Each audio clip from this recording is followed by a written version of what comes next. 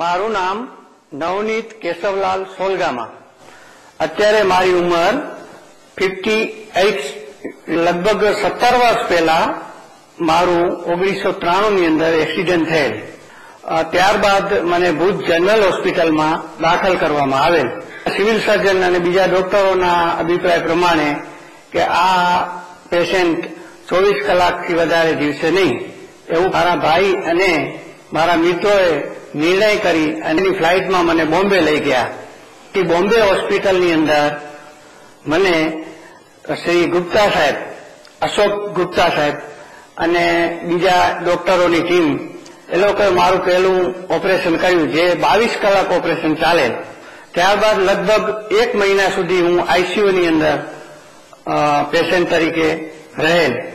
ત્યારબાદ હોસ્પિટલની અંદર જનરલ વોર્ડમાં મને મૂકેલ અને લગભગ 11 મહિના પછી મને રજા મળેલ।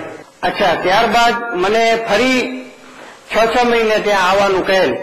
એમ ટોટલ મારા 35 થી 40 ઓપરેશન થયેલ છે।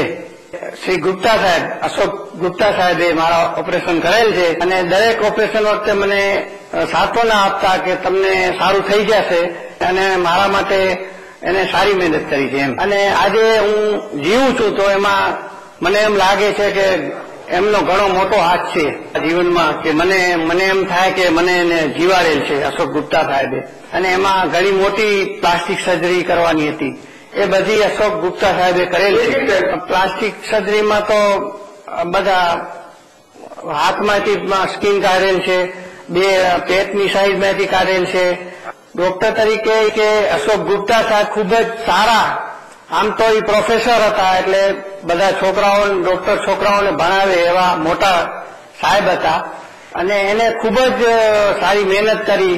મારી બચવાની શક્યતા 10% જ હતી, પણ એમને ખૂબ જ મહેનત કરી અને એના કારણે હું આજે જીવું છું અને એ સાહેબનો ખૂબ જ આભાર માનું છું। એનું શું, કારણ કે એને મારી ખૂબ જ સેવા કરી છે અને મારા શરીરની અંદર જે સર્જરી કરી એ ખૂબ જ સારી રીતે કરી છે અને મને ખૂબ જ સાંત્વના આપેલ છે। રિપોર્ટ મળશે તો હું ખૂબ જ ખુશ થઈશ, મારું આખું કુટુંબ ખૂબ જ ખુશ થશે।